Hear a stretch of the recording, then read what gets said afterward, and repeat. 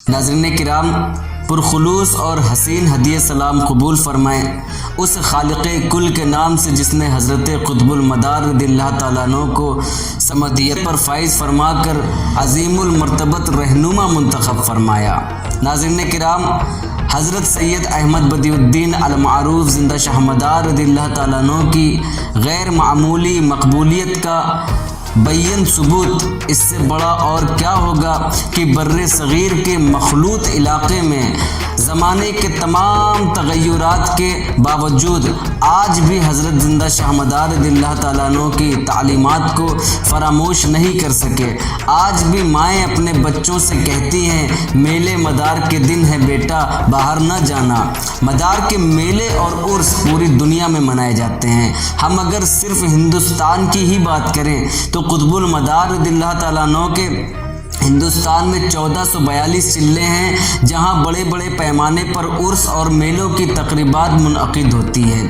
اب چلوں سے ملے ہوئے ہزاروں تکیے ہیں اور تکیوں سے ملی ہوئی ہزاروں گدیاں ہیں اور گدیوں سے ملی ہوئی ہزارہ پٹیاں ہیں۔ تو اس طرح پورے ملک میں ہزارہ مقامات پر میلے اور عرس منائے جاتے ہیں۔ کہیں مہندیوں کی رسم، کہیں سندل کی رسم، کہیں چھڑیوں کی رسم، کہیں چراغاں کی رسم، کہیں یہ میلے اور عرس انہی بزرگوں کے نام سے منسوب ہیں جن کی مزارات چلوں، گدیوں، تکیوں اور پٹیوں پر ہیں اور عوام ان کے نام جانتی ہیں، مگر ان سب کی اصل مدار کے میلے یا عرس ہی ہیں جن کی رسومات منفرد اور جدا گانہ ہیں، جن کا ذکر انشاءاللہ تعالی کسی خاص موقع پر کیا جائے گا۔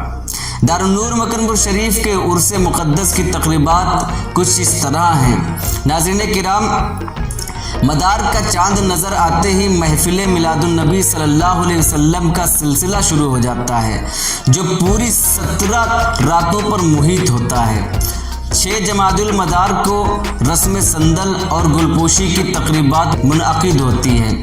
دن میں قرآن خوانی اور تقسیم تبرکات کا منظر سامنے آتا ہے۔